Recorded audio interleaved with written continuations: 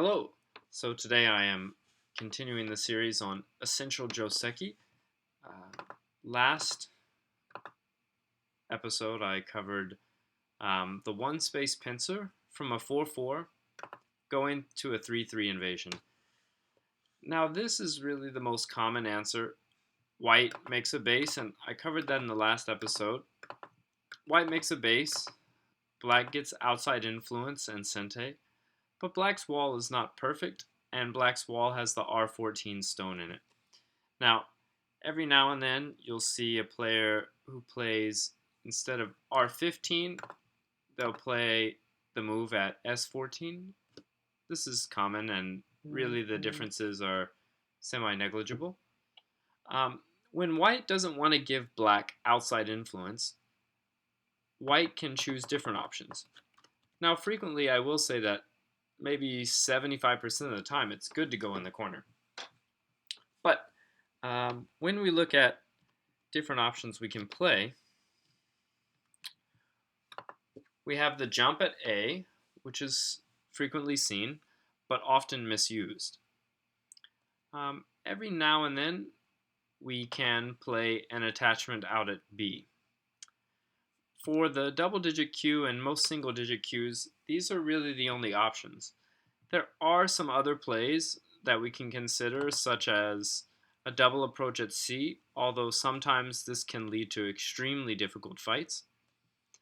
And there are kind of some oddball moves, such as a trick move at D, or at least an uncommon type of move at D. And of course, we can always just play elsewhere at E with Tanuki. Today I'm just going to cover the most basic ones at A and B. Now, this one-space jump is frequently employed by single-digit and double-digit Q players, but most of the time it's employed incorrectly. This move is kind of a fighting move, where frequently we use this move. I like to use this move only when I have overwhelming strength. Let's say I have something really big in this area. And let's say when I moved at R14, black got a little greedy and decided to pincer, thinking, okay, I'm not going to let white have this whole area. I don't want to let white get a big area here. So he pincers. Well, this is the time to jump out and counterattack at R10. Because really this fight is terrible for black. Now that's the most of the time that I jump out, I intend to counterattack at R10.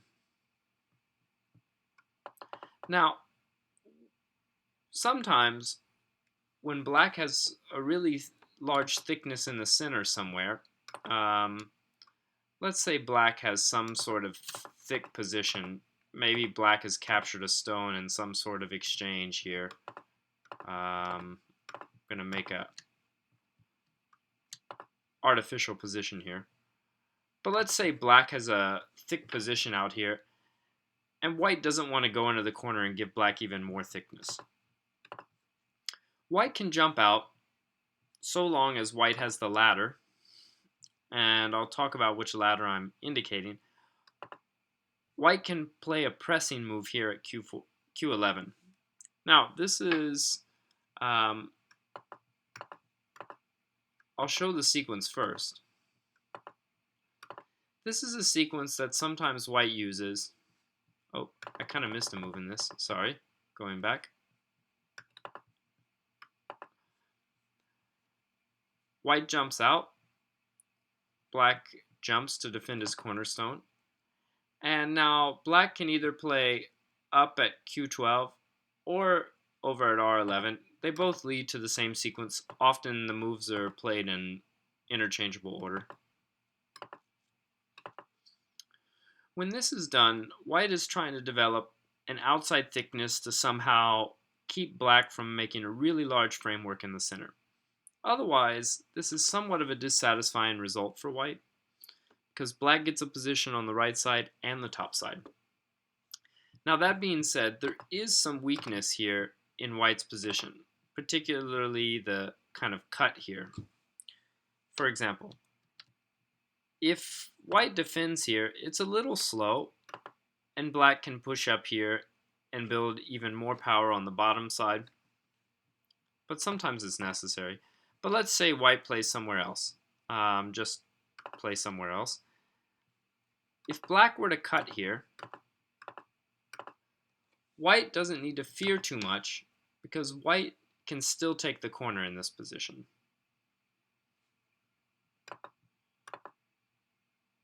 So if black plays like this, white can still live here. In this way, white is alive. Or if black blocks that, white is still alive like this. White can connect here and still be alive because there is no death here because he can connect through. I know that's... So black would never actually play this sequence. This is alive, just white has to be extra careful because in this, a move at A or a move at B will be sente. A lot of moves in this area will be sente. And white will have to add an extra move in the corner. So white doesn't have to fix the cutting points immediately. So the white cutting points in this area do not have to be fixed immediately. That's the benefit. Now, I said there's a ladder involved. And the ladder involved is if black does not play this turning move. But what happens if black cuts here? If black cuts here, it can be a really difficult fight. And if white has the ladder, he can play this fight very easy. He can play here. Of course, black is not going to give up a capture in the middle of the board. And then he can play like this. Now, black cannot do something like this to stay alive. That wouldn't work. And this is where white needs the ladder. And if white doesn't have the ladder, black will play like this, and white will collapse. So here's the ladder that's needed. To get out of this capturing situation,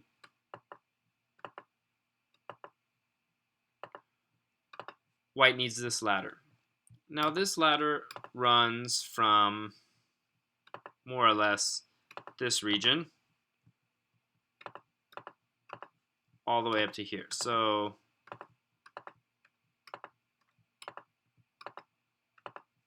this is the direction of the ladder. So really any stone in this area is going to break the ladder. So as long as white has a stone in the marked path, or there's a clear way in the marked path, then white can play this pressing move, and black won't be able to fight. Now without the ladder,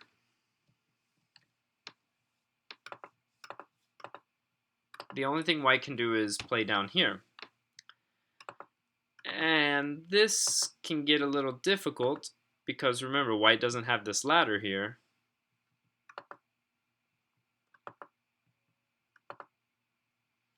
And so white can't capture right here. So white ends up having kind of a difficult fight. It's not easy to figure out what to do for white. If white plays like this, and black wants to fight out his single stone, it can be very difficult for white. So we can play, to summarize, we can play this simple jumping move when white has overwhelming strength on the right side, or if black has a central framework that's beginning and white wants to disrupt that and get thickness to negate black's central framework, and white has the ladder. Those are the two conditions in which white can play. So if white has overwhelming strength on the right side, black can play here or at the triangle move, and white can counterattack if he has overwhelming strength. If white's looking to negate the center or build a center thickness of his own, he can play B so long as he has the ladder. The last variation in this that we need to discuss is when black tries to make a trade for the corner. So if black does not want to give white the wall in the center and pull out the R12 stone, black will play the kicking move here. Now, it's important that white not descend, because then black will play this same move. And this becomes a lot less desirable because the cutting point is more severe now, and white will feel compelled to fix the cutting point right away. And that can kind of be a slow move, and black can move out, and black can be more satisfied with what's happened in the corner. There's less potential for deep invasion in the corner. It can still happen at R17, but white's thickness isn't so impressive. Black has developed on both sides. So this move at S14 is considered an old pattern that's no longer played. Now, white grabs firm control of the R12 stone. This is the correct way to play this. And black closes his corner, and kind of show the full exchange. Now we can see black has made a decent sized corner. White has actually a very strong group. That group is thicker than it looks. That black stone at R12 is strongly captured, and there actually is still space for invasion with black. Even if black adds a move all the way at K17, white can still invade quite easily. He can peep here, and then he can push here, and still can invade on a large scale here. And no matter what black does, white can live. So he can play life here. This is also a living move. Can also peep first, then play the life move. There's still some bad cutting aji. So, and that same sequence works even if black has a move at L17. The same sequence works. So the only way black can truly defend all 20 points in the corner is to play something like this. If something like this were played, black has spent a lot of moves in the corner, and white has this nice outside thickness. It's not actually insignificant to have these stones as a wall here and this stone poking out here. White has a nice outside position that's firm. It'll never be under assault. And the black stones have spent a lot of moves in the corner to develop those 18 to 25 points, depending on how the end game works out. And furthermore, if white does get some stones around K17, the invasion in the corner can still come back to life. So there's some bad potential left in black's position. So white should not feel dissatisfied with this initial result. So the last variation I'm going to discuss today is the attachment here. This move is rarely correct, but sometimes it's useful to know. I've played thousands of games of Go, and I've probably only used this move 5 or 6 times. But it's good to know, especially if you're confronted with it. Almost always our opponent will hane, and we will draw back. And now white will look to play either the cut at R11 or press down on the cornerstone. Almost always black, say, defends the corner. And now white has an option. He can cut immediately or he can slide. If he slides and black defends the corner, then he can cut. And in this way, white has settled himself, and he has these two stones here to defend the outside position. So white plays this variation frequently when he wants to not get shut into the corner and he wants to settle himself immediately. So we want to do this when being shut in the corner would give black too much thickness, and we need to settle immediately, probably because black is locally very strong and we don't want to get into a fight. So those two conditions need to exist. You don't want to fight, and you don't want to go in the corner for black's thickness. The reason this is somewhat dissatisfying is because black gets a very solid group on the top, and this marked 3-stone triangle of black's group is actually kind of a thick, nice position, especially if the board is fairly open or black has any stones nearby in the center or in the lower right. Those stones will be useful for black. Now, black can also choose a different variation where he plays this. This leads to something that looks quite similar.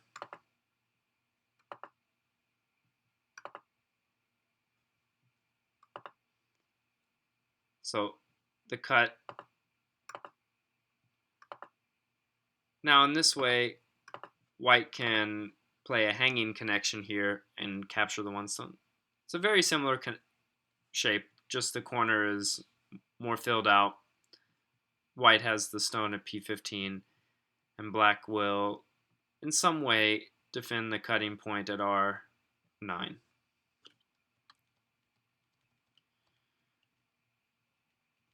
So A and B are a common way for black to take the corner. Now, if for some reason the corner is not so valuable and the lower right is very developable for black, we can see this. Although this is move is rarely correct because black gets pressed down in the corner. And this is never very nice for black. If black does something like this, white can be happy with moving like this. White has a nice thick position in the center of the board with stones at A and B. Maybe triangle stones. Even though black has the underside connection there, that's really low connection and white shouldn't worry about it. And furthermore, white has sente in this position. Well, he'll have sente depending on if black defends here. If black plays elsewhere, white can block the connection here and then attack the corner more severely. So white need not have any fear about this type of move. Similarly, if black doesn't play the hane, we skip moves like that. And these are kind of older patterns that exist. They're all very similar in what they achieve. White gets a group that makes the slide, kind of has a small base on the right side, but keeps from being shut in, and black develops on the top and on the right side. So this move at Q12 is frequently better for black because he gets to settle on both the top and the right side, but it can be a very viable option for white when white needs to take evasive action. When white doesn't want to get in a fight, needs to kind of settle a little bit in the middle, but can't afford to play maybe this type of variation. When white can't really afford to play that because maybe there's too many complications involved with the ladder and other fights, sometimes white can look to settle like this. So we're going to ignore the trick move at D. The move at C can be useful, but sometimes black will play deep in the corner at the 3-3, and white, no matter what, is going to face a pretty severe fight from this type of situation. He'll get cut into two. and no matter what white does, he's going to have a hard time uniting his two stones. Sometimes this type of double approach is just much more viable when the pincer is far. When the pincer is only one space, the double approach is just not really an option unless there's a lot of fighting resources that white has. Of course, the last option of all is for white to entirely play elsewhere, in which case black has the option of either kicking and looking to fight white out, and this has thousands of ways it could play out depending on what stones are on the board, or playing like this. And in a variation like this, actually white can comfortably live in the corner. White can live in the corner by playing straight at R15, by wedging, or even playing R17. So all those are options. So that kind of covers the main things. I really wanted to cover the jump at A and the attachment at B today. Those are the other two options for single digit and double digit cues if you're not going to go straight in the corner. So straight in the corner is frequently the best move, makes a base, leaves the R14 stone as potential for later, and takes immediate cash. If for some reason giving white thickness is distasteful across the whole board, we can start to evaluate our other options. So I hope that helps, and I hope that gives you some full knowledge of the essential ways of handling the pincers off of 4-4. And thanks for watching.